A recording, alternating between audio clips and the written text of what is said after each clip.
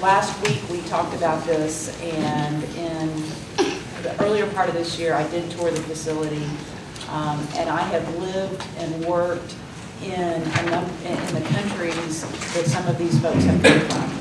And in comparing the conditions at Teton Hutto versus what I have seen firsthand in many of the Central American countries is night and day. The conditions at the facility are light years better than what many of these people have come from. And I have, as I said, I have seen it firsthand in both instances. I've actually toured a prison in Guatemala, and this is, and I've toured prisons in this country, and this is not a prison.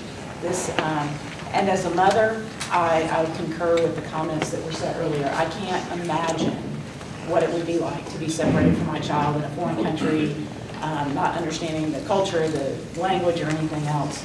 But the thing that we forget is the adults that are being detained have broken the law. And unfortunately, as children, sometimes we have to suffer with the sins of our parents. Those children are probably not there by choice, you know, but their parents have made a choice for their family. And they have to they have to be, or suffer, if you call it that, or because of their parents' choices. But I think a worse choice would be to take that child away from their parents and put them into a situation that would be even worse. And again, this is not necessarily a debate on immigration policy. That is something for the federal government to handle.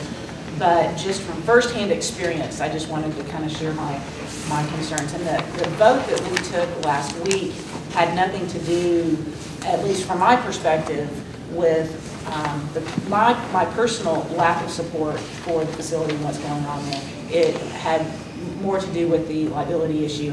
And when I toured the facility, I think I was in your classroom when I took my tour, and I was amazed that, you know, it looked like a regular classroom. I mean, I wasn't sure what to expect, but anyway, I think that a lot of the misconceptions are unfortunate, but it is far from any prison that I've ever seen, and it is far better than the conditions that the vast majority of those people have left.